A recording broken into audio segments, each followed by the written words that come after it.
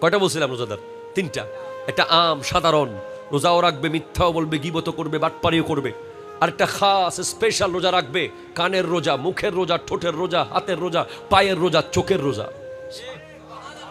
আরেকটা very special, সেটা হলো রমজান মাসে না চাকরি না ব্যবসা, কিছুই করবে না।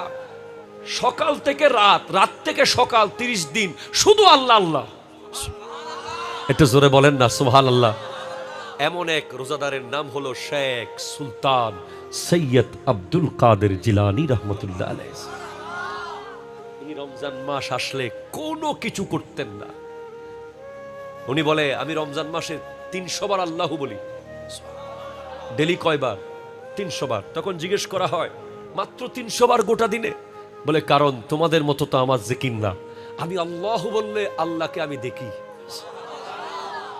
আল্লাহর সাথে আমি কথা বলি, আল্লাহ আবার গায়েব হয়, আবার আল্লাহ বলি, আল্লাহকে আবার আমি দেখি। আজ আমরা আল্লাহকে দেখছি না, কারণ আমাদের চোখ নষ্ট হয়ে গেছে।